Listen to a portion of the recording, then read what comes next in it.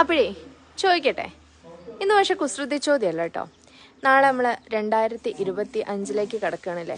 നമ്മൾ ഓരോ വർഷം കഴിഞ്ഞ് പോകുമ്പോൾ അല്ലെങ്കിൽ ഓരോ പുതുവർഷം വരുമ്പോൾ നമുക്ക് എല്ലാവർക്കും ഒരുപാട് ആഗ്രഹങ്ങളുണ്ടാവും. നമുക്ക് പല കാര്യങ്ങളും നേടണം എന്നുണ്ടാവും, അല്ലെങ്കിൽ പല കാര്യങ്ങൾക്കും തുടക്കം കുറിക്കണം എന്നുണ്ടാവും, നമ്മളിലെ ചീത്ത കാര്യങ്ങളൊക്കെ മാറ്റി വെക്കണം എന്നുണ്ടാവും. അങ്ങനെ ഒരുപാട് ആഗ്രഹങ്ങളും പ്രതീക്ഷകളോടും കൂടിയിട്ടാണ് നമ്മളെല്ലാവരും പുതുവത്സര ദിനത്തിലേക്ക് കടന്നു പോവുക. പക്ഷെ ചിലതൊക്കെ നമുക്ക് നിറവേറ്റാൻ കഴിയും, കുറേ നമുക്ക് ഒന്നും ചെയ്യാൻ കഴിയാതെ പോകും. അങ്ങനത്തെ ഒരുപാട് കാര്യങ്ങളുണ്ടാവും.